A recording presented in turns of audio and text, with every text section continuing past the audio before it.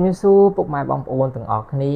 បាទនៅក្នុងវីដេអូមុនខ្ញុំបានចែករំលែកឲ្យពុកម៉ែបងប្អូនទាំងអស់គ្នាមកដឹងអំពីមូលហេតុនៃការឡើងសម្ពាធឈាមប៉ុន្តែថ្ងៃនេះខ្ញុំមកចែករំលែកឲ្យពុកម៉ែបងប្អូនទាំងអស់គ្នាមកដឹង5ចំណុចដែលមានផលប៉ះពាល់នៅក្នុងរាងកាយរបស់យើងគឺដោយសារតែកើតជំងឺលើសឈាម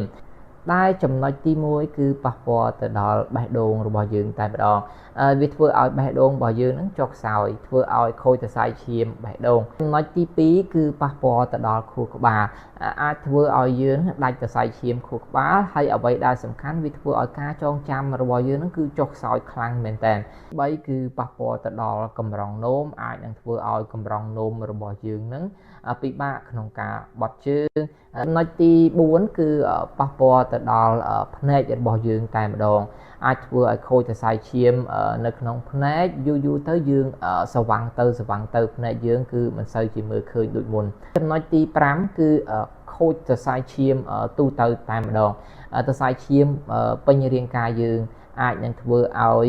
រាងកាយរបស់យើង